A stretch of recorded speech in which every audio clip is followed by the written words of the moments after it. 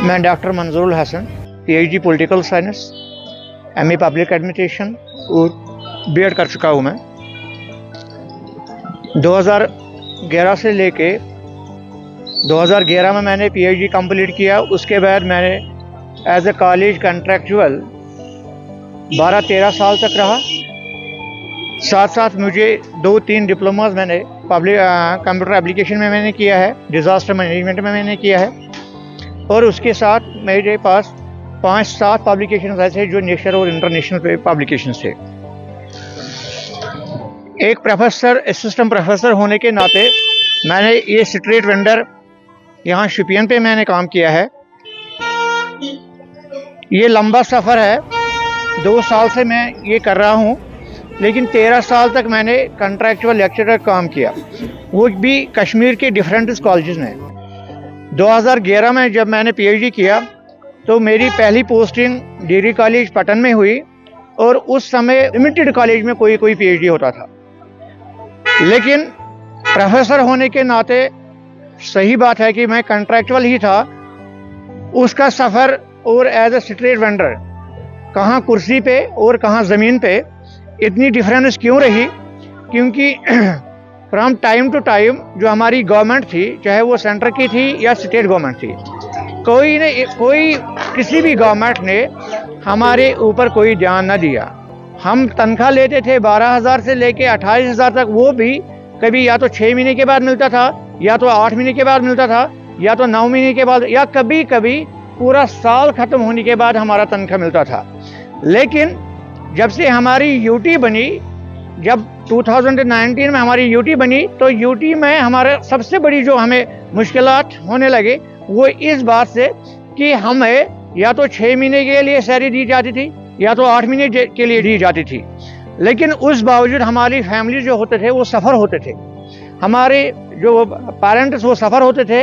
हमने इसीलिए उसको डाइवर्ट करके एक प्रोफेसर होने के बावजूद भी मैंने एक स्ट्रीट वेंडर का काम किया।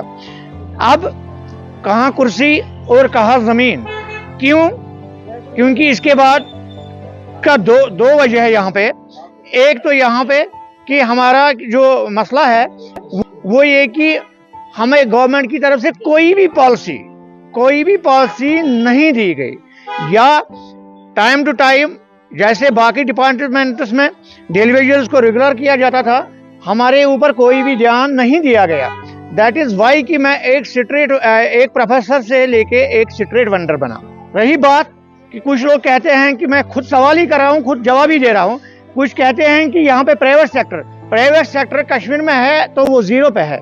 कहीं जगह पे आप देखोगे प्राइवेट सेक्टर में 4 महीने काम करते हैं, 3 महीने काम करते हैं, 6 महीने काम करते हैं, उसके बाद वहाँ ऊपर से लेके 0 तक। इसीलिए मैंने जो है अपना छोटा सा बिजनेस इसलिए स्टार्ट किया।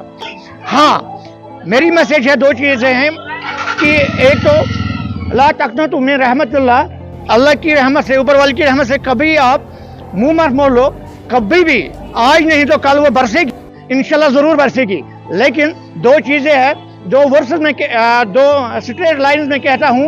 One thing is that always and always choose the straight line. Second thing is there कि sky is not limited.